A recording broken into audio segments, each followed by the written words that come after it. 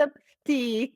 Good afternoon, beautiful humans. Welcome to episode 5 on the Giggles Include podcast with Donaé and Zoe. So excited to bring today's topic because I think that it's about time that we share some tips on. with the listeners. So, 5 tips that I would give someone if they were to start their journey. Now, they woke up, they were like, you know what? Enough is enough. Today, getting my shit together, and I'm doing this. And Okay. I made some tips that I would follow if I were just starting my fitness journey and unsure of where to start, how to start, where do I begin, and whatever. And I only did 5 tips because I want to keep it as basic and as simple and as easy to be able to Okay. do as possible. We all know that nothing in life really amounts to anything if there's no real goal or action plan or process in place. Step number one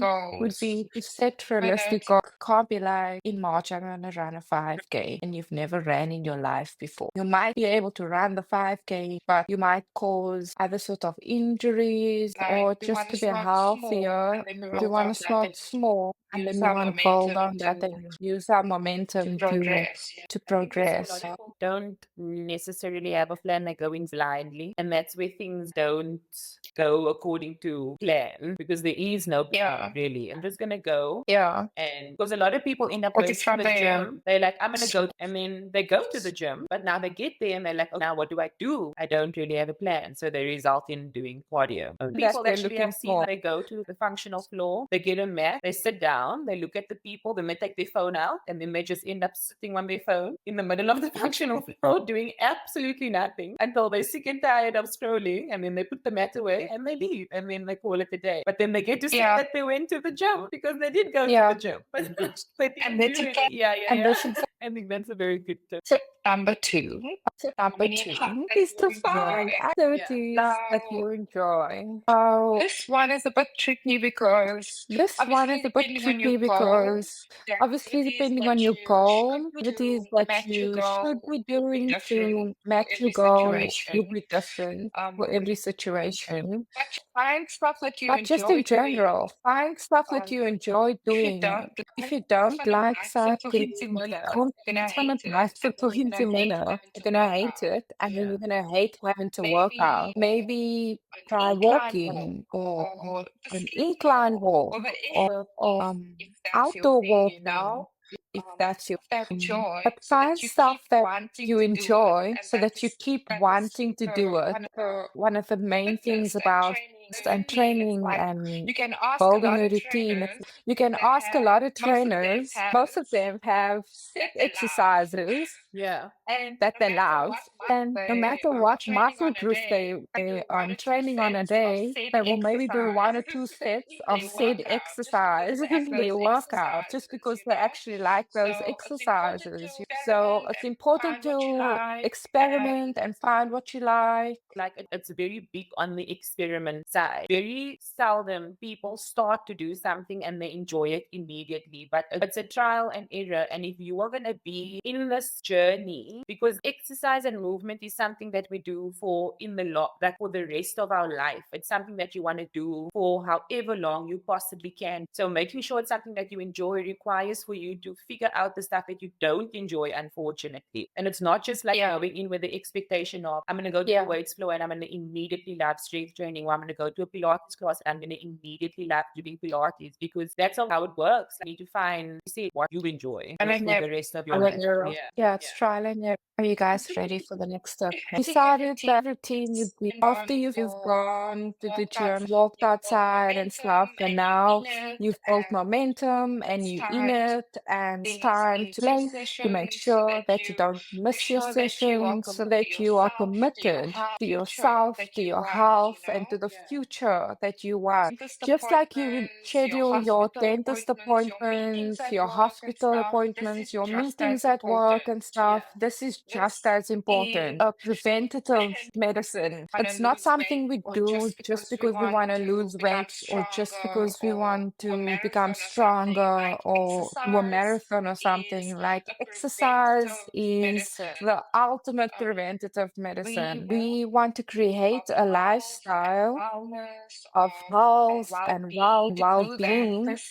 And in order to do that, this needs to be like first on the list every day. Structure of their day. If you and I always say this to clients as well when they ask like, how many do I, how long do I? And I always say, sit with your week. You know what your week is gonna be like. Your kids have this things happening this week. You have this meeting, whatever you need to do, blah blah blah. Check where you can ahead of time. On a Sunday night, sit with your schedule and be like, okay, I can take 45 minutes to an hour out on a Wednesday at 6 a.m. or on a Thursday at 5 p.m. or whatever.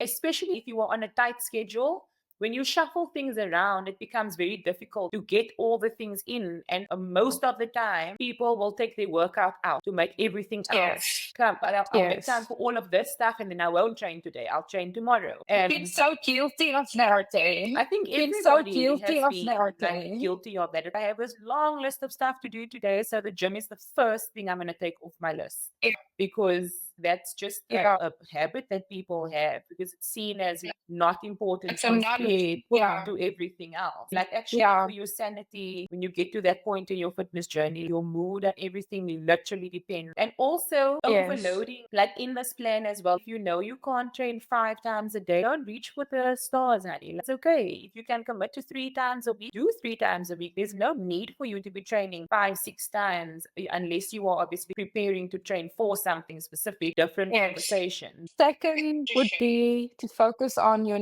nutrition. We all know mostly being healthier is mostly about what we consume, it's about our gut health, about how we feel, and a lot of times junk food don't make us feel the way we want it to. It might make you feel that way in the moment. If you ask anyone how they feel after they've eaten McDonald's or KFC or a Gatsby, you bloated, you can't move.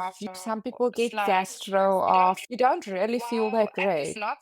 While at the same time, I'm not saying don't enjoy those things, but finding the balance and trying to make sure that you're making healthier choices Yeah, more yeah. often than And that's not. also like a big extreme that people do as well with a diet is that they eliminate everything. And then it's I'm gonna be eat clean for a week. And then when the week is over, you feel so not only do you put your body in shock, but you also took Depleted. away a lot of things that your body got used to running on, like eliminating carbohydrates, which gives us energy. And then people take it away, and at the end of the week, they're like, I'm so tired. I don't understand why I'm so tired because you took away your major energy source. You can't just cut things out. It's a slow process, and it's exactly the same as if you were to go to the gym and you start slowly. And that's also what a diet should be, and not this thing of I deprive myself of all the things that I enjoy and I go out. I tell my friends, I'm sorry, I can't join you to go out with you because I'm on this diet. It's just about, like you said, finding the balance. Yeah. Because it's something that you also want to do for the rest of your life. It's a lifestyle. 100%. To me,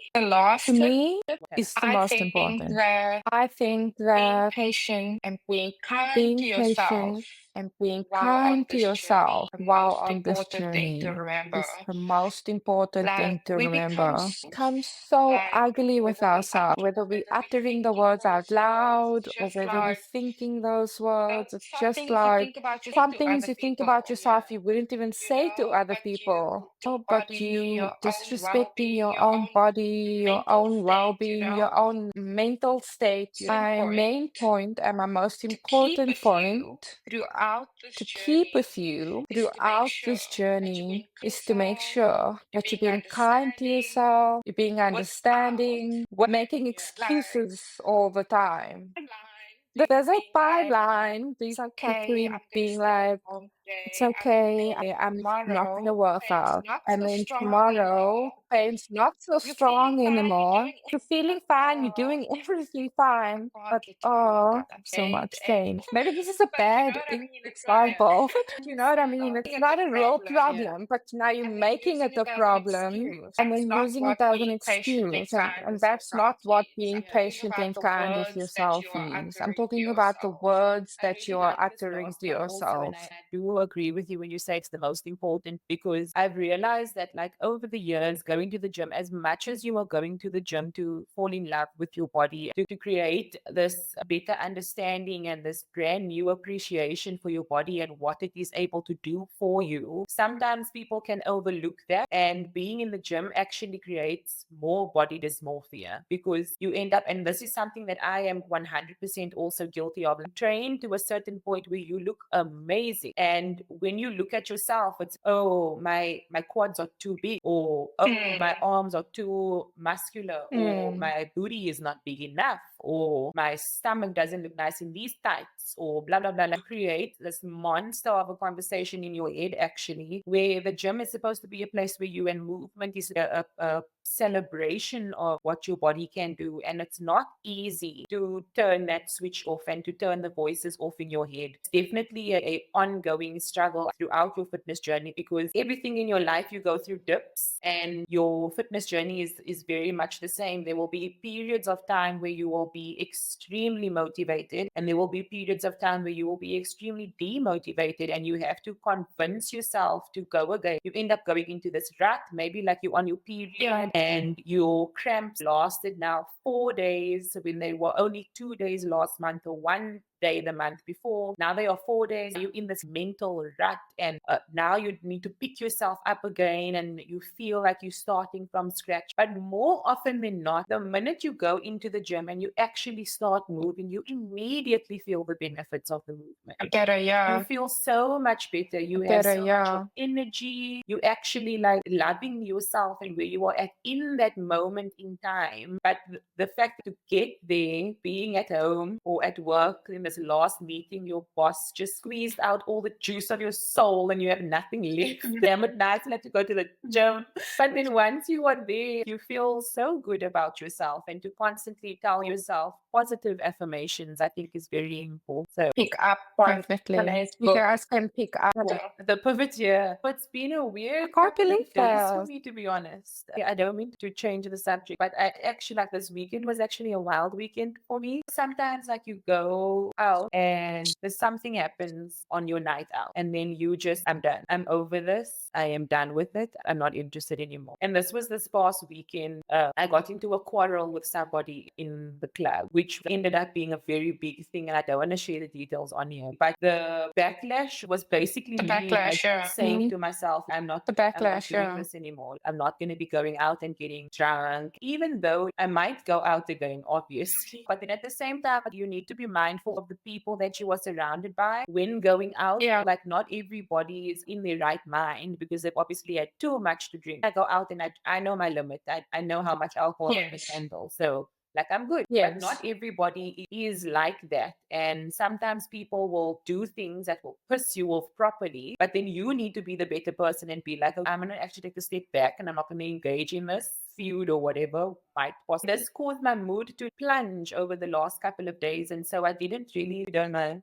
Play City, which play is today? Play City, which player is today out of 300 plays? I think today 300 and... Oh, City is so gonna be mean to her every time, eh? Right. It's not the brightest tool in the shed. She hates when you tell her that. Oh my gosh, it's day 337. Isn't it wild? This message is short and says, your greatest offering is not always something you do. Most often, it is the person you become. Wow. This is wild. You see, this book speaks to a person. Like, this morning, actually, I was thinking about the fact that it's very seldom, if you meet somebody and you are in separation for a very long time, and in separation, no contact with this person, blah, and then you reconnect with this person, the chances of you meeting the same version of that person is like slim to nothing, because the amount of things that has happened in that person's life and in your life has ultimately changed them into into either becoming a worse person or a better person. And a lot of the time, people don't actually take from the lessons that life is giving us, and they repeat I'm a firm believer that something will happen in your life over and over again until you learn what you need to And learn from it. yes, Because yes, only then, once you've learned the yes, lesson, yes, your view on that situation changes. The way can you change, yeah, respond to it can changes. How you change, think yeah, about it changes. So that it alters the part of your character there automatically. And a lot of 100%, yeah, don't do that in 100%, every yeah, aspect of their life, which is obviously okay. I'm not holding a gun to your head because you don't. But when you meet this person again, they could have either grown into becoming this better version of themselves, which I'm 100% here for. And I often feel like when people say to you, there was a period in my life where I felt very weird about the fact that people were like, you've changed. I took it as a oh, bad thing. changed, But then actually I took a oh, step back and I was like, but I've changed for the better, I think, for myself. I'm still a kind person. I'm trying to better my life in best ways that I can for me, not for you, because it's not about you. yes, This is my story. I'm the main character here. yeah, It's not whatever. I just feel like it's so important to like give yourself the credit for that, but at the same time, being in your healing journey, picking up the pieces that you lost along the way, and things that had happened that was meant to break you at a certain point, but you like were like, no, I'm gonna pick myself up and I'm gonna stand tall and do this for me. It's also being able to sit with that. A lot of people don't. Like something happens in their life and they're like, oh, I'm gonna take this thing and put it in a box and I'm gonna put the box in the back of my head. And this is how yes, things happen over and over again. You don't take a minute or a second to reflect like what actually happened. How did this affect me? How will I respond? Was this to happen again? And not just find all these distractions and then make as if it never happened. The greatest offering yeah, is not always something you do, but most often is the person you become. But in saying that, what you do also reflects the person that you become, the choices that you make. 100%, Help you grow. How did we get so 100%. deep? We were just talking about fitness tips, and here we are. I like it. I like that we Maybe. finish with that. And it's also Someone else all needed the like same comes message.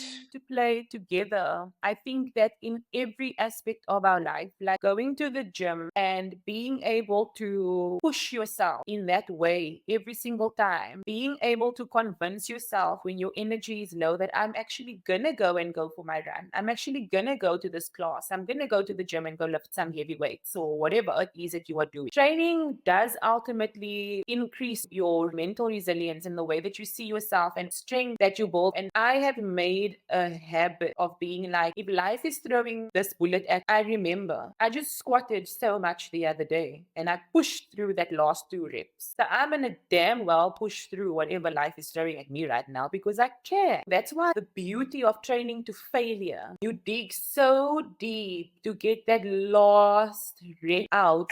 Yeah, What makes you think that you are correct. not Yeah, strong enough to push through the barriers that life is trying to create for you? Because you are strong. And that's what you tell yourself. And the words of affirmation you repeat to yourself, which brings us back to tip number 5. What you say to yourself, like holding that plank 40 seconds in, 50 seconds in, that last 10 seconds to the minute you want to drop to the floor, but you like, no, hold it. And then, it's that. And it's the same thing. It's like yeah, you look back and be like, I actually went through this thing and I'm standing today. I went through that thing. yeah, But here I am today. It's amazing. yeah. It's beautiful. And I think there's constant lessons to be learned. We just need to open To be our learned, brain, yeah. our And, mind. and to I 100% grow think the from. growth is the most important part, and why we shouldn't be standing in the way of our growth, actually. Because when we give up and when we feel and we tell ourselves that we can't, that's when the growth doesn't happen. It's like our first episode, we were talking about Script, the concrete and how script. people use this the same thing. And everything really in life is a constant test of your character and whether or not you are allowing yourself to grow in every aspect of your life. And that's important to you. So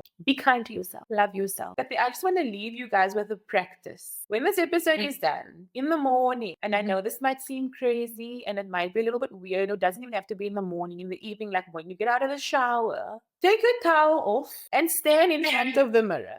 Look at yourself and say to yourself, I am beautiful. This is my home and I love it. Give yourself gratitude and grace, and your body hears you. Speak kind words and just be awkward in that moment while you're looking at yourself in the mirror.